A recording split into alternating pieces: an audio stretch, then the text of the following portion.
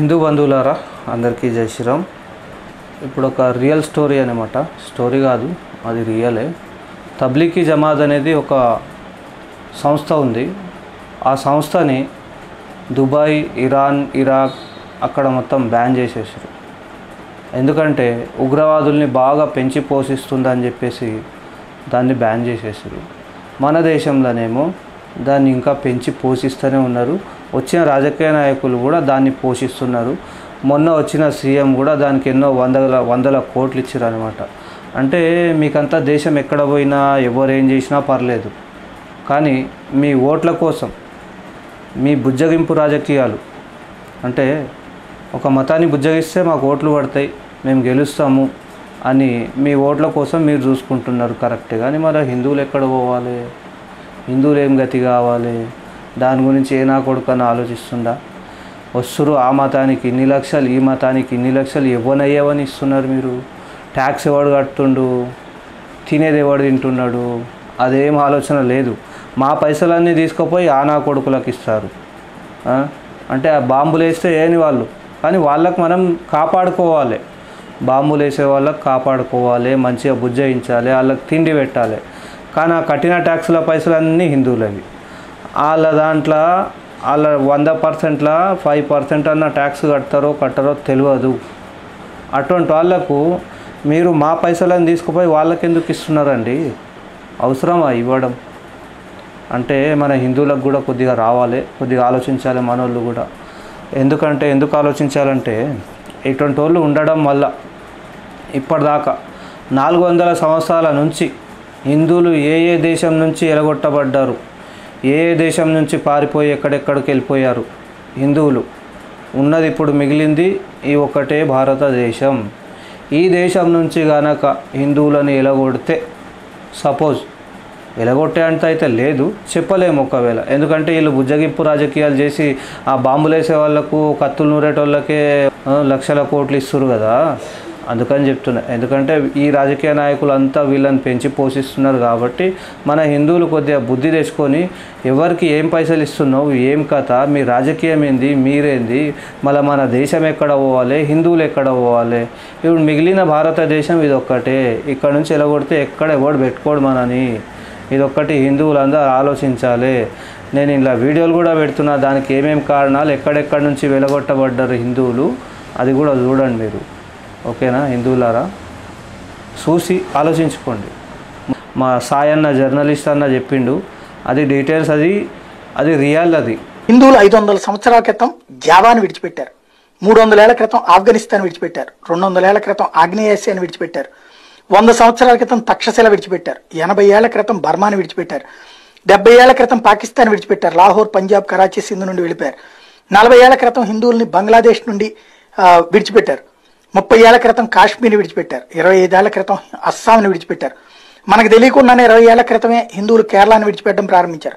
కాసరగోడు పట్టణం చుట్టుపక్కల ప్రాంతాల నుండి వేలాది మంది హిందువులు కర్ణాటక వలస వెళ్ళిపోయారు. హిందువులు నేడు బెంగాల్ విడిచి వెళ్తున్నారు. హిందువులు హైదరాబాద్ పాత బస్తీని విడిచి వెళ్తున్నారు. పరిస్థితి ఇలాగే కొనసాగితే 10 ఏళ్ల తర్వాత తమిళనాడులోని కొన్ని ప్రాంతాలను, ఉత్తరప్రదేశ్లోని కొన్ని ప్రాంతాన్ని విడిచి వెళ్ళనున్నారు హిందువులు. 15 ఏళ్ల తర్వాత బీహార్ వదిలి వెళ్ళబోతున్నారు. 25 ఏళ్ల తర్వాత హర్యానాలోని మేవాడ్ని వదిలిపెట్టి వెళ్ళక తప్పనటువంటి పరిస్థితి ఉంటుంది. ఓవరాల్గా చూసుకుంటే 30 ఏళ్ల తర్వాత ఢిల్లీ వదిలిపెట్టబోతున్నారు హిందువులు. ఈ పరిస్థితుల్లో 40 ఏళ్ల తర్వాత హిందువులు భారతదేశాన్ని వదిలిపెట్టి వెళ్ళిపోవాలా? ఎక్కడికి? ఒక్కసారి ఆలోచించకపోతే రాజకీయ నాయకుల స్వార్థం కోసం మైనార్టీ బుజ్జిగింపు, మెజార్టీల అణచివేతను కనుక మనం నిశితంగా ఆలోచించి సరైన ప్రశ్నలు వేసి సరైనటువంటి రాజకీయ పాయింట్తో తిప్పి కొట్టకపోతే అత్యంత ప్రమాదకరం. భారత జాతి, హిందూ జాతి ఎక్కడెళ్ళి ఉండాలో తెలియని బ్రతుకు. ముందర మనకేం ఫ్యూచర్ లేదు. ఎందుకంటే వాళ్ళ ఇంట్లో 16 మంది పుడితే మన ఇంట్లో 2 లేకపోతే 3. ఇది కూడా ఆలోచించండి. వాళ్ళు ఎంత స్పీడ్గా ఈ దేశాన్ని ముస్లిం దేశం చేద్దామని చెప్పేసి ఎంత ట్రై చేస్తున్నారు. అది మన హిందువులకు ఒక 5% మందికి ఉంటే చాలు. ఎందుకంటే ఒక 5-10% మన హిందువులు ఆ జాగ్రత్త తీసుకుంటే అయిపోతుంది. ఇంకోటి ఏంటంటే ఓటేసేటప్పుడు వాడు ఎవరికి కొమ్ము కాస్తుండు, ఎవరిని జోకుతుండు, ఆ జోకేటోళ్ళకి అందరినీ చూసి ఓటేయండి. అర్థమైందా? ఎవరికో ఒకరికే జోకుతుండంటే అన్ని ఓట్లు వేయకండి. ఓట్లు వేస్తే మనమే నష్టపోతాం హిందువులారా. మీరు జర బుద్ధి జ్ఞానం తెచ్చుకోండి. బుద్ధి జ్ఞానం తెచ్చుకొని బుద్ధి లేని వాళ్ళకు ఒకటే, అందరికీ కాదు నేను చెప్పే హిందువులకు, మన హిందువులందరికీ అని అనుకోవద్దు, బుద్ధి జ్ఞానం లేని సెక్యులర్ హిందువులకు, అంటే ఆడు ఈడు మనమంతా ఒకటే అని చెప్తారు కదా, ఆ ఒక్కడే మీ ఇంట్లో చిచ్చు పెట్టేది, మీ కొంపస్ నాశనం చేసేది వాడే, మీది మొత్తం సాఫ్ చేసేది వాడే.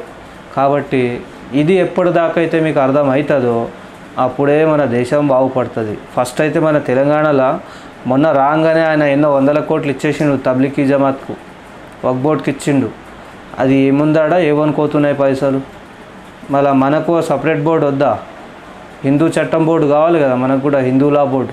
ఎందుకు అడుగుతలేరు అంటే మీరు సీము నెత్తురు మీరు హిందువులు కాదా? అసలు ఇంతమంది ఉన్నారు కదా, మనం ఇంతమంది ఉన్నాం భయ్. మనం అందరం అనుకుంటే ఏ రాజ్యాంగం కానీ ఏది కానీ అన్నీ మారిపోతాయి. ఓట్లు వేయకుండా ఆపేయండి, అందరు ఒకసారి రండి, అందరు కలిసి చేస్తే ఏదన్నా అవుతుంది. ఎందుకంటే పక్కింట్లో ఏమైతే నాకెందుకు అనేవాళ్ళు ఉన్నంతకాలం మన హిందువులు ట్యాక్స్ కడుతూనే ఉంటారు. ఆ 16 మంది పిల్లలు ఉన్నారు, సబ్సిడీ తీసుకుంటూనే ఉన్నారు. అదంతే, దాన్ని ఎవ్వరు మార్చలేరు. అదే ఆ పక్కోడైనా కానీ ఎక్కడోడైనా ముందలోడైనా వెనుకోడైనా హిందువులు వాళ్ళంతా మనమంతా ఒకటే అని ఒక్కసారి ఆలోచిస్తే ఇదంతా మారిపోతుంది. కానీ హిందువులు బాగా ఆలోచించండి, లేకపోతే ఈ దేశం నుంచి కూడా మనని ఎలగొట్టే ఛాన్సెస్ ఉన్నాయి. అందుకని చెప్తున్నా, దయచేసి అందరు కూడా ఆలోచించి ఓటేయండి. మనకి ఎవడేం చేస్తలేడు. ఇక్కడ మన గుళ్ళకు ట్యాక్స్, కరెంటు బిల్లు కడుతున్నాం. ఏదైనా ఒక మస్జిద్లో ట్యాక్స్ ఉందా? ఒక మస్జిదోడు కరెంట్ బిల్లు కడతాడా? ఒక చర్చోడు ట్యాక్స్ కడతాడా? ఒక చర్చోడు కరెంటు బిల్లు కడతాడా? మరి వాళ్ళకెందుకు లేవు అబ్బా? సెక్యులర్ దేశం అన్నప్పుడు అందరికీ పెట్టాలి. నువ్వు ఎవరికి పెడుతున్నావు, ఎవరికి తీస్తున్నావు? అందుకని చెప్పేసి నేను ఏమంటున్నా, ఈ గవర్నమెంట్లు వస్తాయి పోతాయి అని మనది మనం చేసుకోవాలి. మనది మనం చేసుకోవాలంటే మనం అందరం ఏకం కావాలి, అప్పుడే ఈ దేశం మారుతుంది. లేకపోతే ఈ దేశంలో హిందువులు బతకరు, అందరిని ఎలగొట్టేస్తారు. అబద్ధం కాదు, స్క్రిప్ట్ రాసిన కథ కాదు అది రియల్. మీరు కావాలంటే గూగుల్లో కూడా కొట్టి చూడండి. ఈ విషయాన్ని అందరికీ షేర్ చేయండి దయచేసి. మీ అందరికీ చేతులు జోడించి మరి చెప్తున్నా, అందరికీ షేర్ చేయండి.